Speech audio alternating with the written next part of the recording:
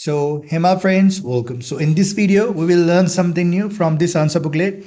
This is the answer booklet of Anudeep. Anudeep, who have secured the first rank, you know all about him, and we will just try to learn something new. And after watching this video, you will know like how we can write the answer, especially for the ethics. We must know what kind of keywords we have to look at and emphasize on, and how we can write the introduction, body part, and what you have to emphasize on. That will be just like solved in this video, sorted out in this video. You don't have to worry about that. But before we start this video, what I have to tell you, like अगर आप video से कुछ सीख रहे हैं ये सारे video से, तो आपको क्या करना है, लाइक करना है, क्योंकि यूट्यूब का एल्गोरिदम इस वीडियो को लाइक होने के बाद दूसरे लोगों तक पहुंचाएगा, यानी स्टूडेंट्स तक पहुंचाएगा। तो जिसको डर रहता है, जिसको ये आंसर बुकलेट देखकर भी आंसर नहीं समझ में आता, तो ये वीडियो को देखकर कुछ बहुत सारी चीज़ें सीख सकता है, राइट। तो मैं सारी चीज़ें अच्छे से एक्सप्लेन करूँगा, मतलब अपनी हिंदी लैंग्वेज में, तो आपको आसानी से सारी चीज़ समझ में आ जाएगी। ओके, सो देखते हैं किस तरीके से एक आंसर को लिखा जाता है। तो क्वेश्चन है, there are times when our conscious and the law of the land are at conflict. So देखिए, मतलब कुछ ऐसा वक्त भी आया है जब हमारी जो अंतरात्मा है और हमारा जो कॉन्स्टिट्यूशन, जो हमारा लॉ है, वहाँ पे कॉन्फ्लिक्ट हुआ है। मतलब एक तरह का झगड़ा हो रहा है, मतलब लोग मानने को तैयार नहीं कि कॉन्स्टिट्यूशन ये और ये लॉ है तो मैं ये नहीं मानूंगा। तो हमारे अंदर आवाज़ आ रही है आत्मा से कि दोनों में भी कॉन्फ्लिक्ट है, कि अब जब ऐसी सिचुएशन आ जा रही है कि आप लॉ मानने के लिए, कानून मानने के लिए राजी नहीं, अंदर से आवाज़ आ रही है कॉन्शियस की नहीं, आपको ये मानना भी होगा। तो ये एक तरह का कॉन्फ्लिक्ट है, राइट। तो और ये क्या बताता है, point out an example from your personal life when you encounter such a situation. तो आपको ऐसे एग्जाम्पल अपने पर्सनल लाइफ से देना है जो इस तरीके की, मतलब जहाँ पे कानूनी बात है और आपका पर्सनल इंटरेस्ट है, या फिर अंदर से आवाज़ आ रही है आत्मा से, कॉन्शियस से, कि ये गलत है, कॉन्स्टिट्यूशन के खिलाफ है, लॉ के खिलाफ है, land of the law of the land के खिलाफ है। इस तरीके की कोई सिचुएशन आपके लाइफ में आई है, वो आपको बताना। एग्जाम्पल देखिए, मतलब खुद का एग्जाम्पल इस्तेमाल करना है यहाँ पे। अब ये आंसर से भी मतलब एग्जाम्पल ले सकते हैं, ऐसा मतलब जो आंसर बुकलेट है इससे आंसर लीजिए, कोई टेंशन की बात नहीं है। अब ये सारी चीज़ों को ऐसी सिचुएशन आती है तो इसे यूज़ कर सकते हैं। How did you deal with it, आप किस तरीके से इसे डील करोगे। What should be an appropriate course of action, आप इस सिचुएशन में कैसा आपका एक्शन होगा जो अप्रोप्रिएट हो, अच्छा हो। In general when one is face with such a conflict, मतलब अगर कोई इस तरीके से कॉन्फ्लिक्ट में आ जाता है, घिर जाता है, जहाँ पे उसके सामने दो ऑप्शंस रखे हुए हैं और दो अंदर से आत्मा से आवाज़ आ रही है और क्वेश्चन जो है को लॉ के बारे में भी है, तो उस सिचुएशन में आप क्या करेंगे वो बताना है आपको। सो देखिए, conscious is that aspect of one's own mind that possess okay that passes judgment on the rightfulness or wrongfulness of an act before a person acts takes action a decision। देखिए, अब ये ना, जब भी आपको कॉन्शियस के बारे में कोई क्वेश्चन आया तो आप इसकी छोटी सी डेफिनेशन लिख सकते हैं, बड़े प्यारे अंदाज में लिखा गया, उससे कहीं आपको डिटेल मतलब एक्सप्लेनेशन इंटरनेट पे मिलती है, लेकिन इस समझ में आ रही है तो आप इसे यूज़ कर सकते हैं। तो ये मतलब जो कॉन्शियस है वो ऐसा एक्सपेक्ट है किसी के माइंड का, किसी के दिमाग का, जो क्या पास करता है, जजमेंट पास करता है, मतलब जजमेंट देते रहता है कौन सी चीज़ पर, कोई चीज़ के सही होने पर या कोई चीज़ के गलत होने पर, कोई भी एक्ट के, मतलब कोई एक्ट कर रहा है तो उसे पास करेगा इन जजमेंट कि भाई ये तू गलत कर रहा है, ये सही कर रहा है। अगर वो कोई भी इंसान एक्शन लेने से पहले अंदर से आवाज़ आएंगी तो इसे हम कॉन्शियस कहते हैं, अंतरात्मा कहते हैं, राइट, हिंदी में। तो आगे देखते हैं हम। सो देखिए, यहाँ पे आप खुद का पर्सनल लाइफ का एक्सपीरियंस, मतलब जो क्या कहेंगे, एग्जाम्पल है। In my personal life, I have a friend who had recently opted for a commercial surrogacy option. Okay, मतलब commercial surrogacy option citing personal reasons। तो जो commercial surrogacy है, मतलब आपको पता है कि जो महिला है, जो वुमन है, वो क्या करेगी, एक बच्चे को जन्म देगी पैसों के लिए, फाइनेंशियल स्टफ के लिए, मतलब कोई परेशानी होगी तो वो भी हो सकता है, कुछ कमर्शियली भी बहुत बहुत बड़ा, मतलब ये बिजनेस बन गया एक तरह का। तो वो समझ लीजिए कि कोई महिला है, पैसे लेकर आपको, मतलब किसी को बच्चा दे रही हो कि पैदा करके, तो उसे कहेंगे हम कमर्शियल सरोगेसी। और क्या ऑप्शन साइड कर रहा है, क्या ऑप्शन बता रहा है, मतलब पर्सनल रीज़न बता रहा है कि मेरे को कुछ होगा, कोई इनफर्टिलिटी कुछ मसला होगा हस्बैंड या वाइफ में, तो वो कोई एक रीज़न हो सकता है। ओके, सो आगे देखते हैं।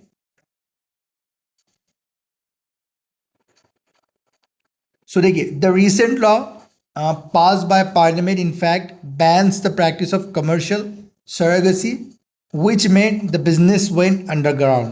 मतलब क्या है, जो पार्लियामेंट ने क्या किया है, इस कमर्शियल सरोगेसी के प्रैक्टिस को क्या है, बैन कर दिया है, मतलब इसे पाबंदी लगा दी है। तो अब ये बिजनेस क्या है, ये एक इडियम है। ओके, मतलब something goes underground means the business goes underground mean कि आप कोई काम सीक्रेटली कर रहे हो। ओके, मतलब किसी को पता ही नहीं, गुप्त तरीके से कर रहे हो, यानी एक तरह का करप्ट प्रैक्टिसेस आप मतलब कोई इन्वॉल्व है, इस तरीके से बोलने की बात आ रही है।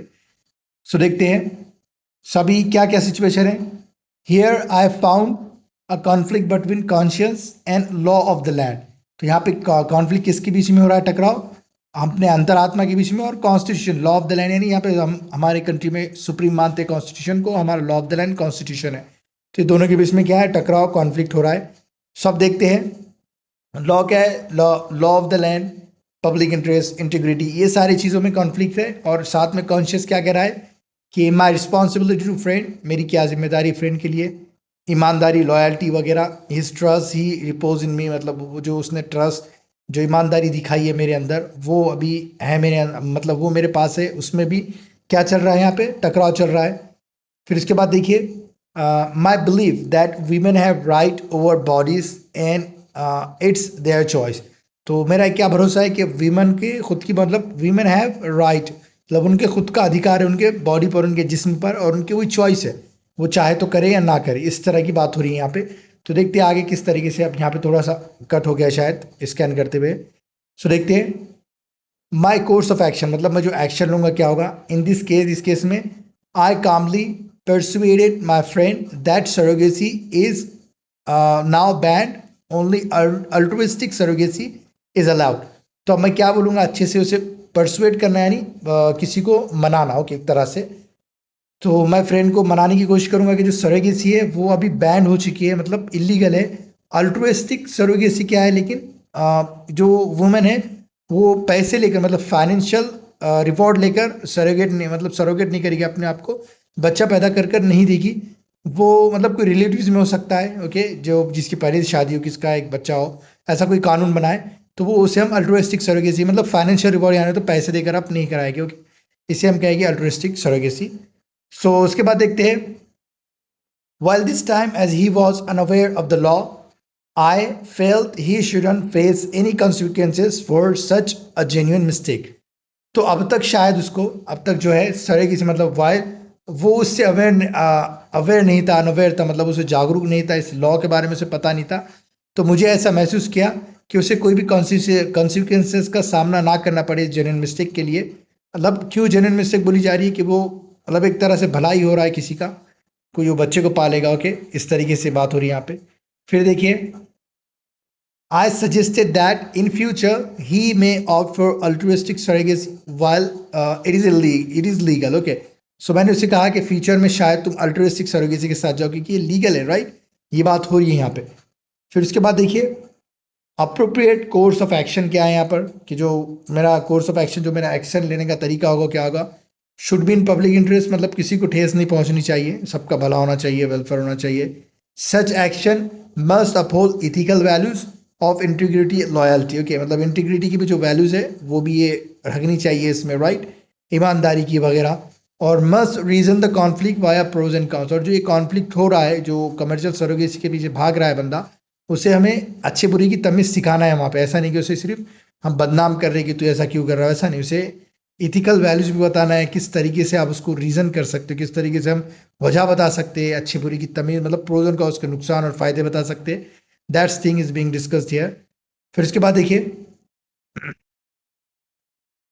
फिर must use conscious as true source of ethical guidance.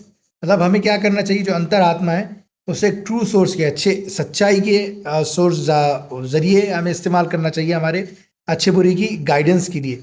Bye this step we can resolve such conflict. तो इस तरीके से हम क्या कर सकते हैं, इस कॉन्फ्लिक्ट को हम क्या कर सकते हैं, रिजॉल्व कर सकते हैं। सो देखिए कितने अच्छे अंदाज में लिखा गया था। अगर आपको कुछ भी समझ में आया, मतलब ये पॉइंट आप मेंस में भी ये कर सकते हो, क्योंकि बहुत सारे टॉपर्स ने खुद उनके मुंह से कहा है कि हम पिछले साल के आंसर बुकलेट जो पढ़े हुए इंटरनेट पे उसे एनालाइज करते थे, उससे कुछ पॉइंट्स लेते थे और वही कभी कभी हम इस्तेमाल भी करते थे, थोड़ा बहुत मॉडिफिकेशन करके। तो आप मतलब बिंदास कॉन्फिडेंटली क्या करना है, आपको ये सारी चीज़ें याद करना है, मेमोराइज करना है, उसे अप्लाई करना है, रिवाइज करना है, तो आपके सारी चीज़ें ये दिमाग में बैठ जाएगी और मेंस में आप इसे अच्छे अंदाज में इस्तेमाल कर सकते हैं। अगर कोई लेक्चर देख रहे हैं या कोई किताब पढ़ रहे हैं तो उससे वर्ड्स का जो वर्डिंग होती है इधर उधर करके आप नई डेफिनेशन ईजाद कर सकते हैं। सो इस तरीके से आपके अंदर अजीब सा कॉन्फिडेंस आ जाएगा कुछ वीडियोस देखने के बाद, कुछ चीज़ें पढ़ने के बाद, और इथिक्स आपको कप ऑफ टी लगने लगेगा, मतलब बहुत आसान लगने लगेगा. Okay, so I have experienced this. Okay, so therefore I'm just telling you. And if you have enjoyed this video, and okay, the other thing, if you have learned something new, what you have to do, you just have to hit the like button. And I'm again telling you, for the sake of algorithm, okay, this YouTube itself can spread this video all over the world, means across the country. I'm not talking about the world here, nobody will watch that video, this video. So just like hit the like button so this video can reach those students who need it this the most. Okay, and thanks for watching this video.